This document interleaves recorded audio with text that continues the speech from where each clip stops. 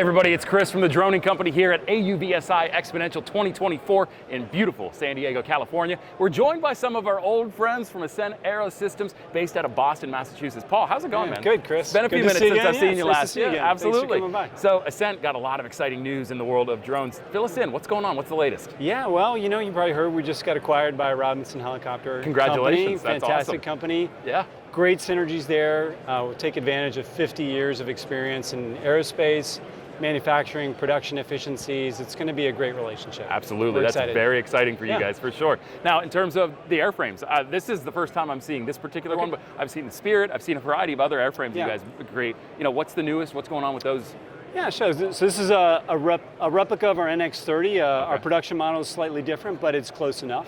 One of the great things about the coax and the cylindrical design in general is that it's much easier to scale than, say, a multi-rotor system. Absolutely. So easy tube, grow it, lengthen it, widen it, ability to carry bigger motors. This gives us bigger weight capacity, more thrust. So the NX30 has a 30-pound max payload capacity. That's awesome. We can carry up to 15 pounds of payload, and we can mix and match payloads to ISR type sensors, other type of sensors, whatever the customer needs. So it really gives you that middle kind of weight capacity that people need for the endurance. And then a vehicle like this with a light payload can get up to an hour of flight time. That's amazing, and especially at that payload capacity. And what I like about that too is that it keeps you compliant under that 55-pound weight limit. Exactly. So it's one of those deals where we can absolutely maximize the utility of this drone.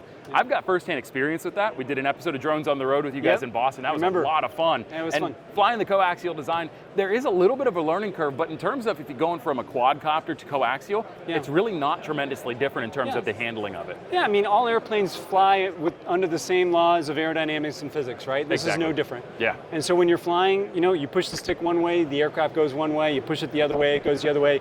It's no different than any other aircraft. Yeah. The difference with a coax, though, is you get much better thrust to weight. Yes. So the performance specifications are much greater, you can get faster, go further in a shorter period of time, have better endurance when you get there, carry more weight while you're doing it, and so those are some of the real advantages of having this kind of coax design. Yeah, and one thing I really like about Ascent designs and the platforms you have is the IP rating. The weather rating on these is fantastic. What about the NX30? What are we looking at with this for Same IP rating. Okay. It's built the same way, so IP56, and awesome. That cylinder allows us to really not only enclose critical components, so motors, ESCs, things like that are exposed on other systems to the weather. Sure. We don't have that factor on ours, so you can fly it in any weather, but it's also super durable. You see cylinders in nature, in construction, and one of the reasons why is because they're self-supporting. Sure. So geometrically, you can drop it, roll it, kick it, you're not going to break it, and so you have better uptime, less maintenance,